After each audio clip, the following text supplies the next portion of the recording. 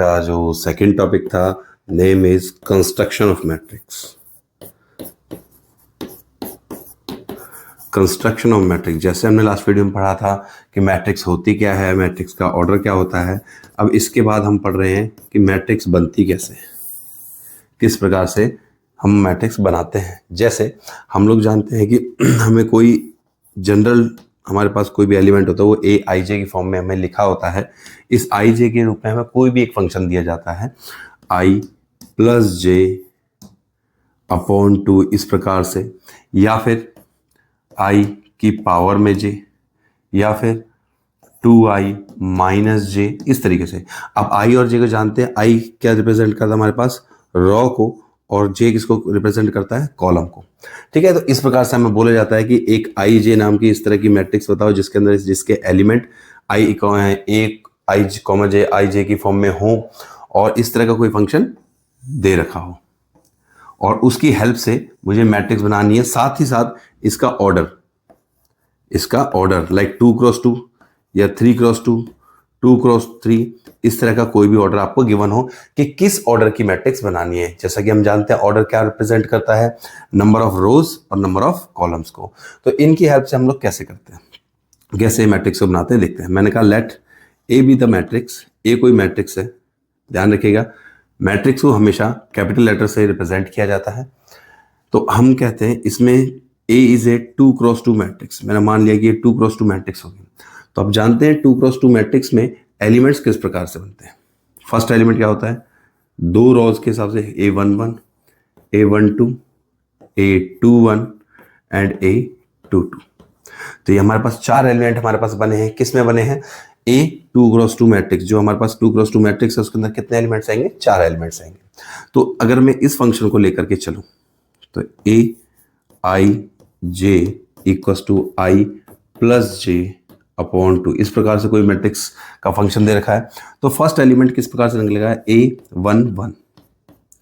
A11 की value किसने निकलेगी, ये फर्स्ट वैल्यू क्या रिप्रेजेंट करती है, आई को, सेकंड वैल्यू किसको रिप्रेजेंट करती है, जे को।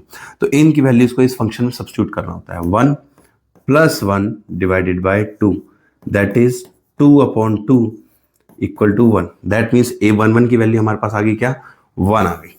ठीक है, नेक्स्ट इज इसी प्रकार से A12, 1 + 2 upon 2, that is 3 upon 2। Same as it is A2, 1, यहां पर आई की वैल्यू क्या है, आई ये है और ये जे है। तो 2 + 1 divide by 2, again the value is 3/2।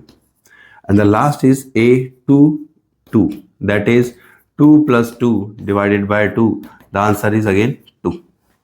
तो हमारे पास जो ए मैट्रिक्स बनेगी वो इस प्रकार से, कंस्ट्रक्शन ऑफ मैट्रिक्स हमारे पास पूरी बनेगी। किस तरीके से, फर्स्ट A11 की वैल्यू, 1 की पोजीशन पर 1 की value that is 1। Second is A12 की वैल्यू 3/2 की पोजीशन पर, अगेन A21 की पोजीशन पर अगेन 3/2, जैसा कि हमने देखा ये 21 की पोजीशन पर 3/2 आंसर है, एंड लास्ट आंसर इज 2। तो ये हमारे पास एक मैट्रिक्स कंस्ट्रक्ट हो गई है, बन गई है। इसमें हमारे पास देखिए नंबर ऑफ रोज कितनी है, first row, second row, these are rows, that is called R1, that is called R2, row number 1, row number 2। This is column, that is C1, that is C2। Clear. तो इसके अंदर elements भी हम जानते हैं 2x2 order की हमारे पास matrix बनकर के तैयार हो गई है, that is 2x2 order. Clear है, ठीक है। चलिए इसके आगे हम समझते हैं मैट्रिक्स कंस्ट्रक्शन। समझ में आई। इस तरह का कोई भी फंक्शन हमें दिया हो सकता है, चाहे आई की पावर जे में हो, 2i माइनस जे हो, या इसके अलावा भी कोई और फंक्शन हो सकता है, जैसे 3i माइनस जे का स्क्वायर डिवाइड बाय 3, और भी देखा जाए तो 3 log i माइनस जे, इस तरीके से कुछ भी फंक्शन हमें बना करके दिया जा सकता है। इस फंक्शन में सिर्फ आई की जगह पर ये पोजीशंस की वैल्यूज को पुट करना होता है। फर्स्ट इज एलिमेंट की पोजीशन के, first is row I, second is column J. इसकी वैल्यूज को पुट करके हमें मैट्रिक्स मिल जाती है। क्लियर। चलिए इससे थोड़ा सा आगे बढ़े। कंस्ट्रक्शन ऑफ मैट्रिक्स से आगे हम कुछ बात करते हैं equal matrices. Equal matrices, equal matrix कौन सी होती है, किस तरीके से हम पहचानते हैं कि ये मैट्रिक्स इक्वल है या नहीं। इक्वल मैट्रिसेस, इक्वल मैट्रिसेस में हम लोग कहते हैं सबसे पहली चीज कि हमारे पास फर्स्ट कंडीशन है, ऑर्डर मस्ट बी सेम, कि दोनों मैट्रिक्स जिनको हम इक्वल करना चाह रहे हैं उनका सबसे पहला तो ऑर्डर सेम होना चाहिए। Second, corresponding elements, corresponding elements must be equal, ये बात होती है कि corresponding elements must be equal। जो corresponding elements है, अब corresponding कौन से होते हैं, कुछ बच्चों को इसमें भी डाउट रहता है। जैसे मैं कहता हूं ये फर्स्ट 1 1 1 2 2 1 2 2 पोजीशन, अगर मुझे इसके इक्वल कोई मैट्रिक्स बनानी है, इसके इक्वल कोई मैट्रिक्स मुझे दूसरी मैट्रिक्स बनानी है, तो सबसे पहला तो वो मैट्रिक्स भी 2 क्रॉस 2 ऑर्डर की होनी चाहिए, जैसे कि मैंने ये बनाई है, पहली चीज। सेकेंड थिंग, इसकी जो फर्स्ट एलिमेंट है, ये जो एलिमेंट है, जो इसकी वैल्यू जितनी होगी यहां पर भी वही वैल्यू आएगी। जैसे मैं इसको दूसरा कोई वैल्यू ले लेता हूं, एग्जाम्पल के तौर पर लिख देता हूं 5 3 2। तो यहां से अगर मैं ये कहूं कि ये दोनों मैट्रिसेस इक्वल हैं, तो मुझे ये चीज पता होनी चाहिए कि ये जो A11 की वैल्यू है, ये पहली वैल्यू है, इसकी 1 1 पोजीशन के बराबर होगी, दैट इज -3। A12 की वैल्यू कॉरस्पॉन्डिंग किसके बराबर होगी, जो इसकी पोजीशन पे दूसरी वैल्यू लिखी है, दैट इज 5। A21 की वैल्यू दैट इज 1, 21 की value is equal to 3 and A22 की वैल्यू इज अगेन 2। तो मैं ये कह सकता हूं कॉरस्पॉन्डिंग मतलब पहली वैल्यू पहली के बराबर, दूसरी वैल्यू सेम पोजीशन के बराबर, तीसरी वैल्यू तीसरी के, चौथी वैल्यू चौथी, सेम, बिल्कुल सेम वैल्यूज होनी चाहिए, तभी हम कह सकते हैं this matrices are equal matrices. Matrix के फर्स्ट एक्सरसाइज 3.1 के फर्स्ट क्वेश्चन जैसा कि आपको दे रखा है,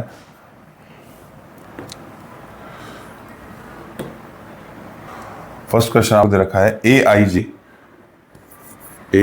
aij equal to 1/2 modulus of 3i minus j and matrix का ऑर्डर आपको बोला हुआ 3 क्रॉस 4। तो ऑर्डर ऑफ मैट्रिक्स जो ए मैट्रिक्स आप बनाना चाह रहे हैं, दैट इज इसका ऑर्डर है 3 क्रॉस 4। तो आप जानते हैं 3 क्रॉस 4 ऑर्डर की जो मैट्रिक्स है उसमें कितने एलिमेंट्स होंगे और किस तरह की उसकी पोजीशन होगी, एक बार लिख लेते हैं। A11 A12 A13 A14, 3 rows 4 columns, A21 A22 A23 A24 A25 31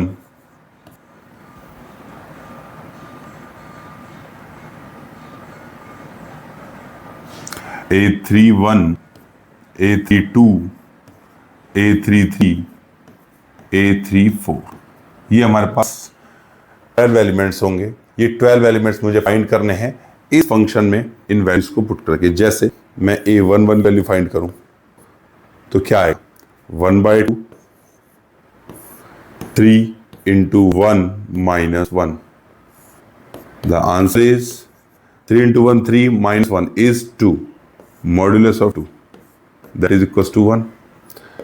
A12 that is 1/2 3 into 1 minus 2 equal to 1/2, 3 ones are 3 minus 2 is 1, that is equals to 1/2। Third is A13 1/2 modulus 3 into 1 minus 3 that is equals to 0। A21 14 एक element और रह गया A14 1/2 modulus 3 into 1 minus 4 that is equals to 1/2 modulus of minus 1 that is equals to again plus 1/2। तो first इस matrix के हमारे पास जो 4 elements बने वो हमारे पास एक बार लिख के दिखा देते हैं कौन कौन से हैं। A11 की वैल्यू है 1, A12 की वैल्यू 1/2, A13 की वैल्यू 0, A14 की वैल्यू 1/2 अगेन। तो ये हमारे पास फर्स्ट रो के एलिमेंट्स आए। इसी प्रकार से सेकंड रो के एलिमेंट, थर्ड रो के एलिमेंट हम निकाल सकते हैं। फटाफट से इन एलिमेंट्स को निकाल करके कमेंट करके बताएं इसकी सेकंड रो के एलिमेंट्स क्या आएंगे, that is R2 and R3 के जो एलिमेंट्स आएंगे एक बार कमेंट करके बताएं जल्दी से। ये R1 क्लियर? फिर उसके बाद हम स्टार्ट करेंगे नेक्स्ट क्वेश्चन। स्टार्ट करते हैं नेक्स्ट क्वेश्चन, क्वेश्चन नंबर 6। इसमें बोला find the value of the variables x, y and z from the following equations. Equation क्या है? मैट्रिक्स की हमें दी हुई है कि अगर फर्स्ट ये क्वेश्चन बोला होगा कि फर्स्ट मैट्रिक्स ये इसके इक्वल है, तो बताइए x की वैल्यू क्या होगी, y की वैल्यू क्या होगी और z की वैल्यू क्या होगी। सिमिलरली इसमें इक्वेशन दी हुई है कि फर्स्ट अगर ये मैट्रिक्स 2 क्रॉस 2 मैट्रिक्स इसके बराबर है तो x, y, z की वैल्यू क्या होगी। तो मैं इसका सेकंड पार्ट कर रहा हूँ, फर्स्ट पार्ट बहुत सिंपल सा है, आप सभी ट्राई करके मुझे बताएंगे कि इसका आंसर आपका क्या निकला है। ये वाला क्वेश्चन हम कर रहे हैं। ओके, चलिए फर्स्ट आपको जो क्वेश्चन दिया हुआ है इसके हिसाब से x प्लस वाई की वैल्यू किसके बराबर होगी? 6। तो मेरा डायरेक्टली लिख लेते हैं x plus y, x plus y equal to 6। Second number किसका बराबर आएगा? 2, वो ठीक है। Next 5 plus z equal to 5, 5 plus z equal to 5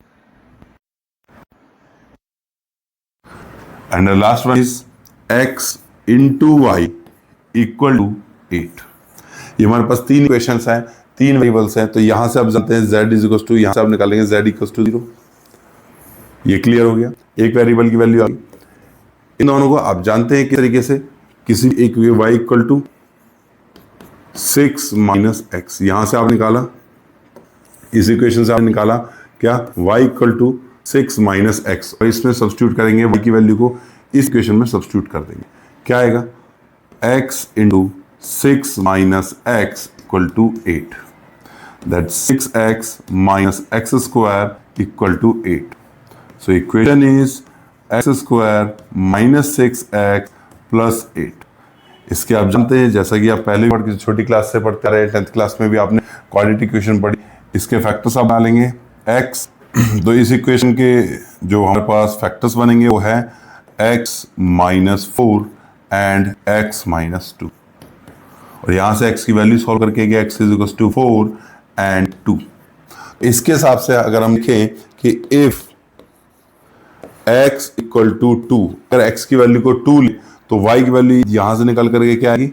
y equal x की वैल्यू का अगर यहाँ पे सब्स्टिट्यूट करें x is equal to 2, then y equal to 4, and if x equal to 4 then y equal to value 2। तो इस प्रकार से हम पेयर वाइज सॉल्यूशन इसके लेंगे कि अगर x की वैल्यू में 2 लेनी पड़ी तो y की वैल्यू 4 लिखनी पड़ेगी, और अगर x की वैल्यू 4 लिखे तो y की वैल्यू 2 लेनी पड़ेगी। इस तरीके से हमारे पास के सॉल्यूशन है, और z की वैल्यू 0 ये फिक्स है।